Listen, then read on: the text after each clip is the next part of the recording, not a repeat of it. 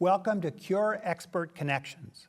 I am Dr. Maury Markman, President of Medicine and Science at Cancer Treatment Centers of America, and your host for today's program on ovarian cancer. Although there are often symptoms with ovarian cancer, many of these symptoms are common to other potential illnesses, and some women have no symptoms at all until the disease has spread.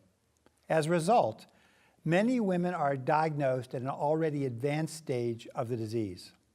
Despite this, the outlook for ovarian cancer is improving.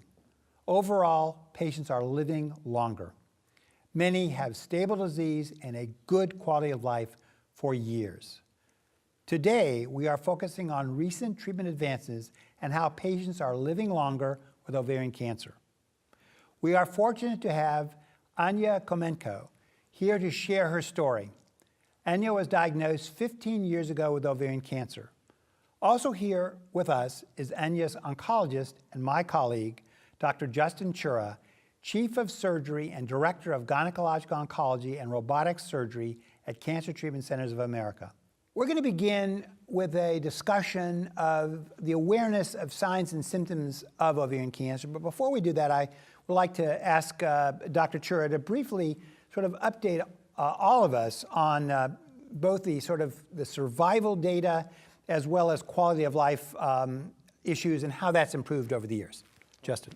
To your point, patients are living longer with ovarian cancer, where for some patients it becomes a chronic disease, and then with that longevity can come accumulated toxicity and side effects from our treatments. So as we improve or extend survival, we also have to make sure we're maintaining quality of life and improving upon that, what we focus on with survivorship, so that our patients have meaningful extensions of their survival.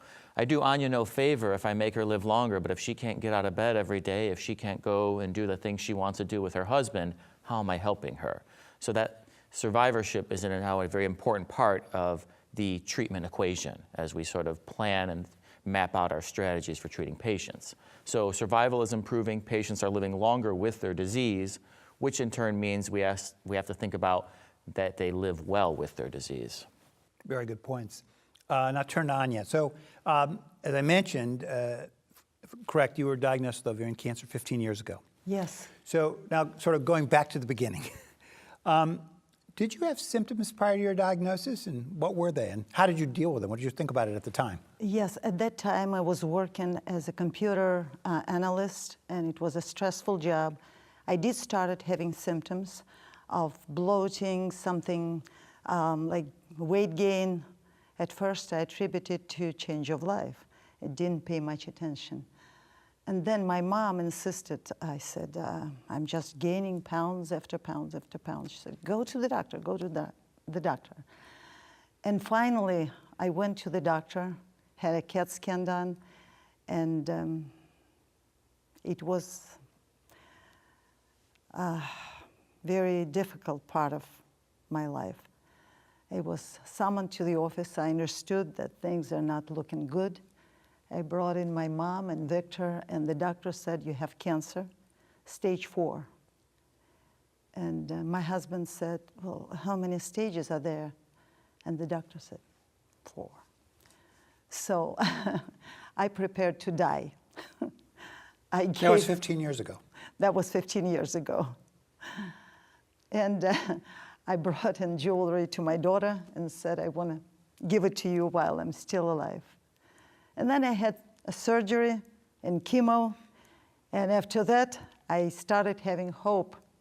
And my daughter brought me back my jewelry. Wonderful.